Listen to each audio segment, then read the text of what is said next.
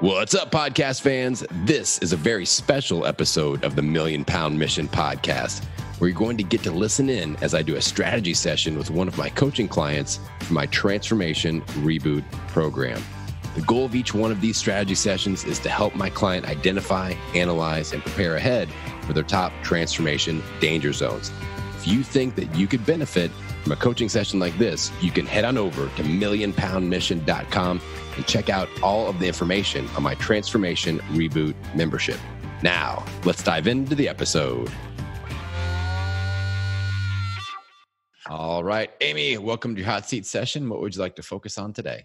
I'm working clean eating, which I like, and I need to be more specific about my food choices. I don't know if I'm choosing the best clean eating foods because I'm in a good calorie range. It's like 15 to 1,800 calories on an on-plan day is a lot. 18, but I don't want to do more than that.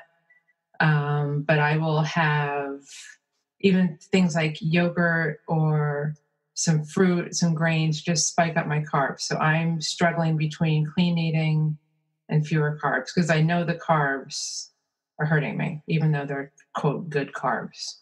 Yeah. So the carbs are the main area that you want to focus on, kind of cleaning up that act a little bit. So what are ideally with clean eating, the way that I design it, I don't want dairy. I don't want certain carbs that we want to avoid, like pasta and stuff like that. So, and I don't think you're doing that, but so, I mean, do you think giving up yogurt and things like that? I mean, do you think that's a one easy way that we could kind of check off and be like, all right, we cleaned up our carbs there for sure. So what do you think about that? Yeah, I think if I get rid of, stop having yogurt, fruit, and grains, it won't be perfect, but it'll be so much better because yogurt has the protein, keeps me going. But then I look at my numbers and that wasn't worth it. I've got to find something better to make me full. Yeah. I want you to get in some carbs somewhere. So with clean eating, again, I don't want you skewing into, I have to be keto also. So I think that having some fruit in there, but within the fruit choices, we can make, like if we avoid things like bananas and melons, those are higher sugar. Then we focus on apples, berries. Those are going to be lower carb, lower glycemic index and things like that. So I think because with the clean eating plan, you can have some carbs. And I think if you're still keeping them under 100 grams a day, that you're going to be good there. Watching the bars and things like that, there's going to be some kind of hidden carbs there. And those are always not the cleanest. There's a lot of like rice syrup and, stuff like that. That's not, it's not a candy bar, but it's also, something that if you're looking to kind of clean up the area a little bit, I would say focusing on whole food carbs only would be good. So we talk about, those fruits, sweet potatoes are an excellent carb to do, and vegetables. So if we do veggies, sweet potatoes, and the lower glycemic fruit choices, that would be awesome. And then like black beans. Beans, yeah, doing beans, yeah, for sure. Yeah, if you handle beans, okay. I always kind of forget about beans because I don't eat beans because it's just a bloated mess of digestion with me. So I always kind of mentally just block them out. But if you can handle them, yeah, I mean, there's a lot of fiber in there. There's protein in there. Even like grains, like a quinoa, something like that. I think that there's a lot of protein in that. It's, I feel like people tend to digest it a little bit easier than things like rice and oats and things like that. Mm-hmm. So I think if we focus on trying to keep them below 100, I think one of the keys to that will be watching the bars, because a lot of bars will have 20 or 30 grams of carbs in them. Just that really spikes things up. I'd much rather you eat a sweet potato that's going to digest a lot more slowly and it's going to fill you up instead of making you more hungry, which tends to be what a lot of those like fast burning. I've learned that, I've gone from idea to idea in the past 3+ months. And I'm seeing over time, it's like, no, it's the carbs, it's the sugar. Yeah. Mentally, I'm not ready for keto. I want to be. Yeah. But I know I'd be good for like 5 days and then lose my mind and not do it. So let's just kind of ramp towards that. That's where I need to go. Yeah. Yeah. So I love the idea of the baby step of let's clean up our carb sources, lower the overall carb count a little bit. But I would make that a very secondary goal. I think just cleaning up carb sources first, that's going to help with cravings. That's going to help with your insulin sensitivity. That's going to help with a whole lot of stuff.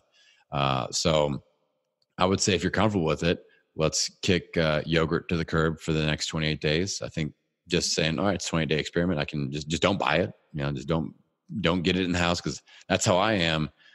Well, with me, like my wife and kids eat yogurt every day, but it's been long enough that I've yogurt detox. I could eat every bit of yogurt in the house, no problem, in one sitting. But so just like doing a little yogurt detox. So just maybe explain to people like I need a couple weeks, no yogurt in the fridge. Or if you feel like you can just only, like with me, I have my shelf in the fridge. I have one drawer in the fridge, and I have my shelf in the cupboard. And then everyone else gets to put all their stuff everywhere else, but nobody puts it on my sight line. So that's a strategy you can make there. But if we could kind of get rid of the yogurt, exit that out of the plan. Bananas, melons, kick those out. But allow yourself, if you want to do apples, like apple with almond butter on it, great snack. And even like fruit, like I do like an apple and more like fruit and berries. I can stick this month with just fruit and raspberries. Or whatever. Yep. Sweet potatoes. Will you eat sweet potatoes? Or boundaries, you know? Yeah. Is a sweet potato a possibility for you? Yeah, I'll make those. Yeah. Okay. There's one of my favorite sweet potato recipes is just like baked sweet potato rounds. You just slice them up, but you put cinnamon and coconut oil on them, and it's just I cook them. If you make them really thin, it makes it into chips. But I do like a half an inch thick, so they're kind of mushy, but they hold together because of the skin's on. And then I like to put them and eat them cold for like a treat, like a dessert treat. And it's really good. So you can check that out. It's a great like Thanksgiving recipe. That'll be coming up with fall flavors.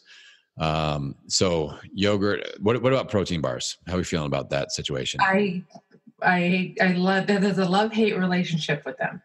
We love them, but we know they're horrible to have.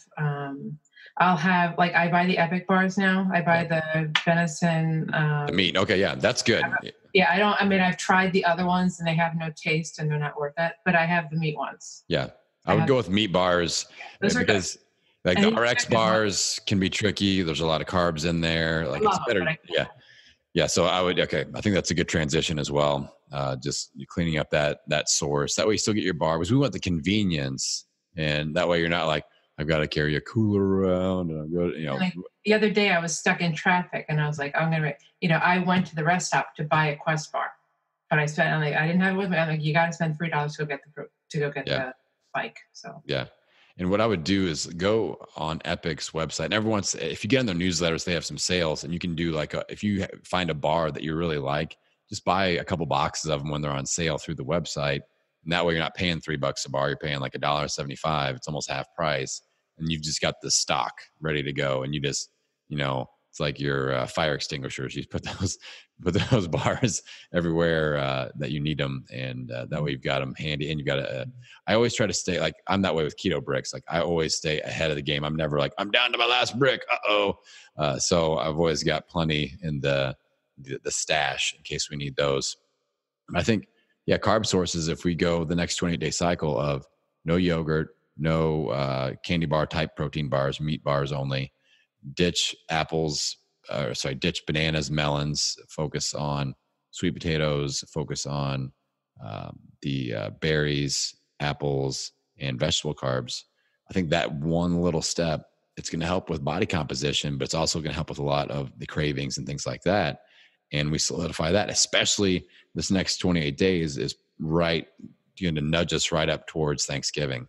So that's going to help just mitigate some of those sugar cravings heading into that. Thanksgiving to Christmas is the real like danger zone, because everybody's doing the parties and the cookies are everywhere and stuff like that. So if we can minimize those cravings leading up to that, I think that's going to be a really, really good thing. Okay. Cool. One thing that I mentioned briefly, but I want to talk about, and again, I've mentioned on the call, is like when you're eating on plan, but then you're hungrier and you have more, I consider that to become a cheat, because then it's like volume eating is strong, but it's kind of like you're Yeah. You're not controlling your calories, like at least the way I want to. Yeah. Well, Hungrier.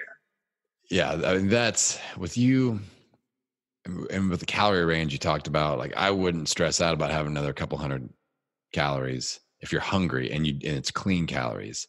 And I would say if it's protein or if it's non-carbohydrate calories, I wouldn't count that as a cheat, just because that might be your body saying, hey, I need a little bit extra. And we don't want to deny it that, because that's when our metabolism gets kind of screwed up, because you're still skewing on the lower end of the calories as far as like that sub 2000, and you're exercising. You aren't, like, if you weren't exercising at all, I'd be like, okay, I get it. But if you're exercising, you're moving, you're working out, and your body might just be asking for a little bit more. And I do that every once in a while. I'm like, oh man, I'm really getting hungry/hangry right now. And it's true hunger. It's not boredom. Like your stomach is growling. You feel irritable about it. And, no one ever got obese from eating more chicken breasts or something. It's not like, it's just not going to happen. It's not, you're not like, oh my God, my love handles, I've had too much chicken. The broccoli is really making me fat this week. So just eat something, start with like a vegetable base salad, get some sort of healthy fat in there, put some protein on top. And it's not, I personally wouldn't count that as a cheat. Okay. It might, and if you maybe keep track of how often that's happening, because again, that might be, all right, let's shift our range up to 1700 to 1900 or 1800 to 2000. And let's try that for a 28-day cycle. I guarantee we're not going to gain weight. But that might actually accelerate your fat loss at the same time. So I think if we were going to think about some homework steps for this next workbook cycle, one, the primary one is cleaning up the carbs. I love that. I think that's a great idea.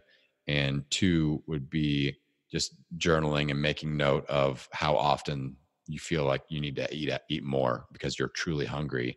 And then we can make some adjustments based around that. Does that sound good? Sounds good. I get worried about eating the calories. Yeah. I do that, and I see. I don't know. I just, I could have that. It's not always a bad thing, but I could have that extra chicken. I had chicken parm last night. It was amazing. Yeah. Piece of 8 ounces. For you had Italian restaurant, but I had no guilt. I woke up, no guilt this morning. So yeah, coming from your Weight Watchers background, there's a lot of great things that Weight Watchers, a lot of good habits that it teaches you. But one of the things that isn't so great is that fear of I went over my points, and that's bad. I'm gonna gain weight because I went over my points, and that's not always necessarily the case. Like I said, with like the source of the calories is really a key thing there. So yeah, I think and that the good thing about you being plugged into this group is that I can kind of alleviate some of that stress. You're not going to have to deal with that stress by yourself. I'm here to have these conversations and chat it out and be like, okay, what's really happening here? Or here's what we need to do, or here's the next thing that we need to try. And then we try it, we work together, and it's a partnership. So that's where I've said this a couple of times today already. Like, people freak out, but they're not thinking like I'm in the equation with you. So you can unload some of that stress about, am I eating too many calories? Am I not eating enough calories? Am I not exercising enough? Like, we're working through those questions together. So don't lose sight of that. All right, Amy? Okay. Yep. Cool. Well, I think you're thinking along the right directions with all this stuff. So I'm very, very happy with that. And I think that, we've got some good homework steps for this next 28 days, and we'll continue to ramp things up into the holiday season. All right. All right. Thanks. Thank you so much for listening to this episode. If you're someone that has been sucked into that black hole of weight loss doom, where you lose that weight, you gain it back over and over and over again, I would love to help you out by providing you with some coaching, a rock solid monthly game plan, and I'm going to plug you into an amazing transformation tribe of like-minded people. Head on over to millionpoundmission.com and get all of the information on my Transformation Reboot membership. See you on the next episode.